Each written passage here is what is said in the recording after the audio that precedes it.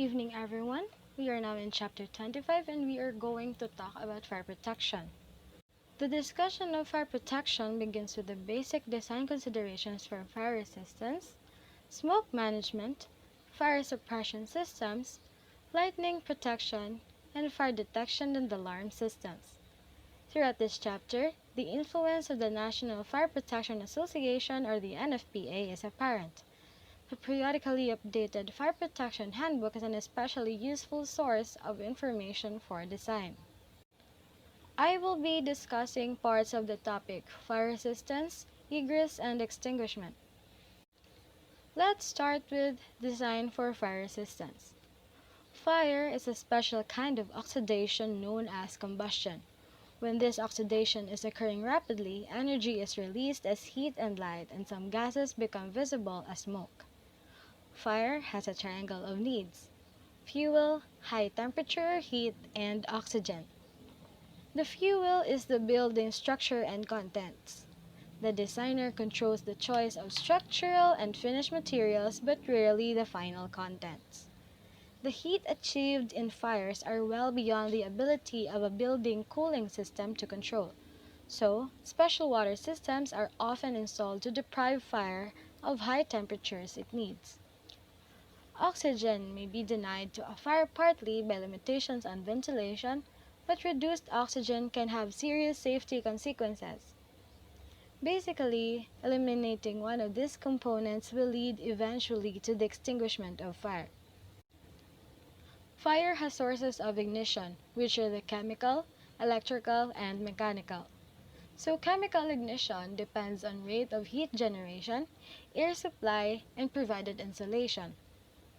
Next, in electrical ignition, the most common causes of this are resistance heating, induction, and static electricity.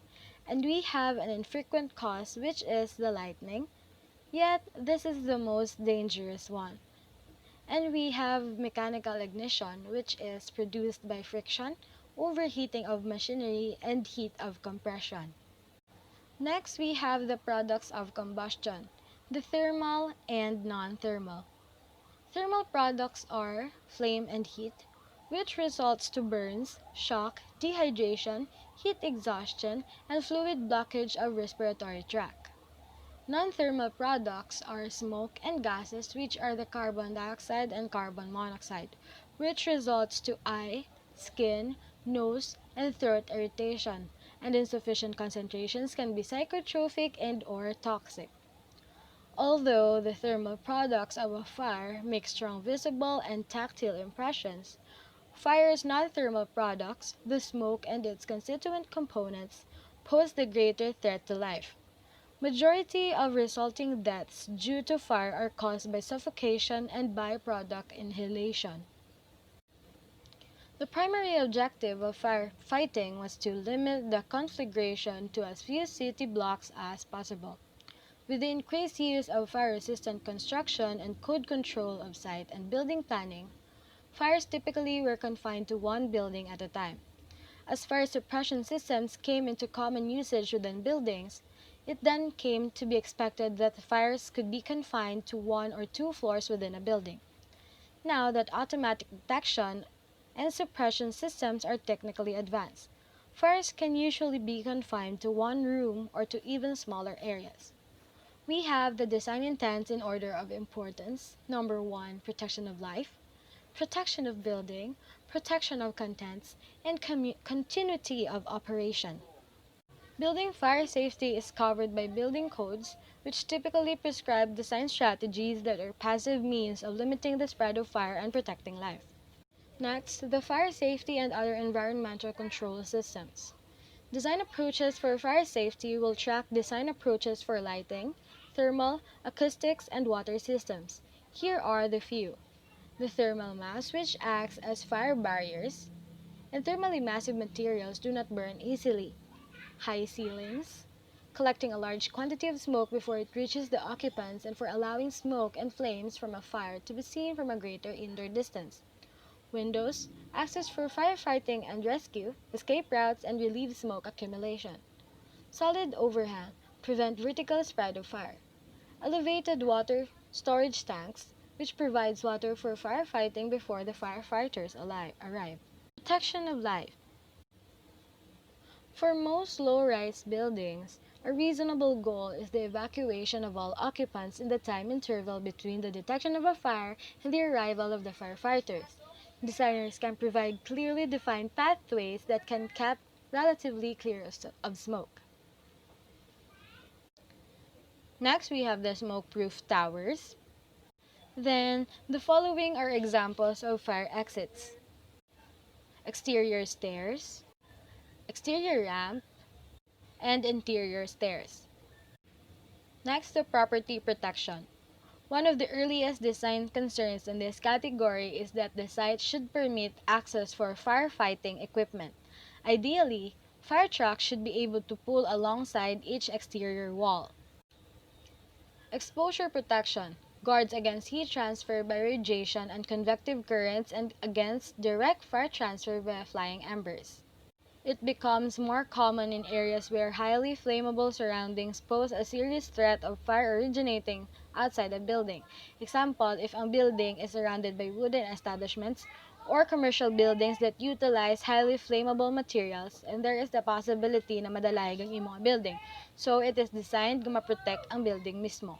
Compartmentation, subdivision of firewalls into areas that fall within the code of limitations. Concealed spaces, utilizing non-combustible materials into spaces that offer paths for the spread of fire. Usually, these spaces are the suspended ceilings, but also behind walls, within pipe chases, in attics, and under raised floors. Structural protection allows a building to continue to stand during a fire, and it enables it to be salvaged rather than demolished after a fire. It is usually most critical to protect columns, girders, beams, and finally the floor slab. It is desirable to minimize the disruption of operation that fire will cause. Continuity of operations includes special fire alarm suppression systems.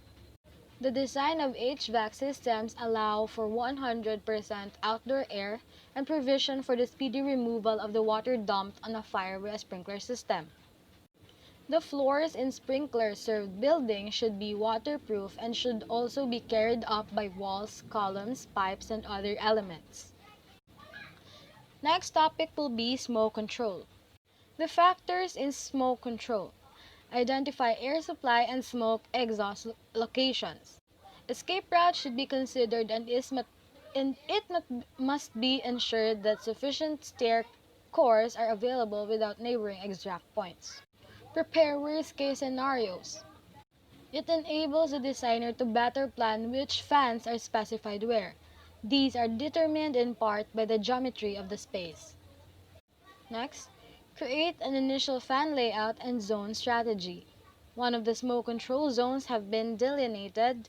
The initial fan layout can be worked out based on lateral and longitudinal fan positioning advice from the fan manufacturer. Ensure flow of smoke and air can be removed at extraction points. The number of jet fans and the mass flow that they generate plus the total maximum smoke mass flow must be balanced with the mass flow of air and smoke extracted. And lastly, we have the use modeling methods. Smoke control system should always be CFD modeled to verify smoke control calculations, and if this is done at an early age, it can save time and money further down the line. Confinement. A passive design response to smoke migration is to try to confine it to the fire area itself. We have the refuge or the area of refuge, excludes smoke from especially protected areas and safe out-of-way area. Partial smoke barriers or the curtain boards traps the initial layer of hot air and smoke. Here is the example of area of refuge and the curtain boards. Exhaust. So, the purpose of exhaust is to prevent toxic gases from entering refuge areas, reduce concentrations of dangerous gases, creating desirable patterns of air pressure. Stack effect is less likely to overcome. And lastly, help to remove smoke that remains. HVAC systems, sprinklers, and smoke. As fire detection systems activates the smoke exhaust fans, it must also override the conventional HVAC system operations. The automatic sprinkler system can reduce the extent of smoke and development by quickly extinguishing a fire. Conversely, a sprinkler system can affect the functioning of smoke exhaust systems, both by creating a curtain of water that inhibits the movement of smoke and by cooling the smoke, thus reducing its buoyancy. Here are the examples of ventilating hatches. This illustration shows how ventilation hatches works. My last topic is water for fire suppression. So, water tends to be widely used in putting out fire. It cools, smothers, emulsifies, and dilutes. However, it damages most building contents and it conducts electricity. It is also dense, which enables flammable oils to float and continue to burn. Here is the illustration on how water is used in case of fire. Standpipes and hoses with a separate water reserve, upfeed pumping, and or fire department connections are listed in 3 classes and 5 types. Class 1 systems are for full-scale firefighting. Class 2 for first aid firefighting, and Class 3 systems combine the characteristics of Class 1 and 2, thus serving both for first aid and for full-scale firefighting. The types are the automatic wet systems, automatic dry systems, semi-automatic dry systems, manual dry systems, and manual wet systems.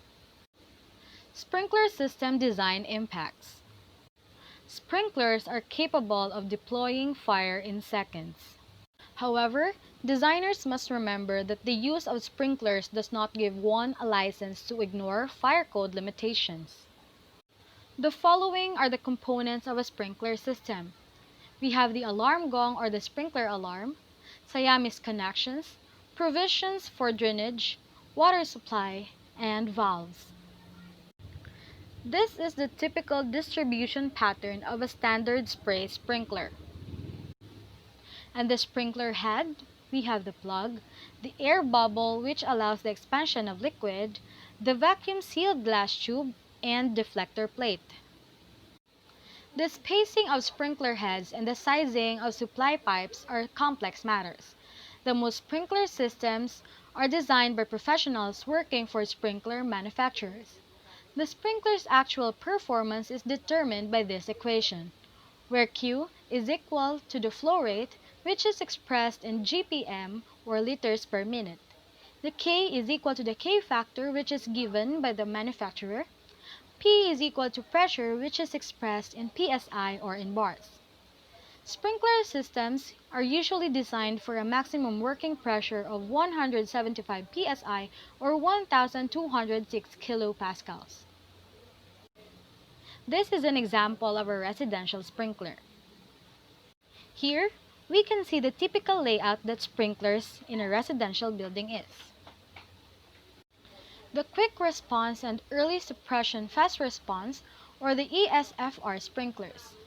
So as you can see, ang quick response sprinkler, mas nipis ang iyang vacuum glass tube. It's because these kinds of sprinklers are most sensitive sa temperature, which means na matrigger siya easily and makarespond siya quickly. The wet pipe sprinkler system is under water pressure at all times so that water will be discharged immediately when an automatic sprinkler opens. Circulating closed-loop sprinkler system, whose water is used by heating or cooling systems, has a ground source heat exchanger which is supplemented by a water heater when required. Dry pipe sprinkler systems are for unheated occupancies, so valve and water supply must be within a heated enclosure. In a pre-action sprinkler system, contains air until the pre-action valve allows water to enter the piping system.